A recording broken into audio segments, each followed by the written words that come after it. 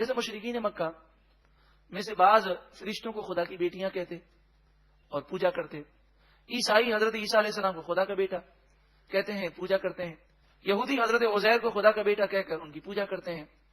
तो पूजा करना, ये अल्लाह तबारक व तआला के अलावा किसी और की इबादत करना, यह हराम और शिर्क है। इबादत सिर्फ और सिर्फ अल्लाह ताला की करनी है, उसके सिवा कोई माबूद नहीं। और अल्लाह नाराज हो जाए तो दुनिया की मखलूक अल्लाह के अजाब से नहीं बचा सकती। तो शिर्क करना यह जुल्म अजीम है।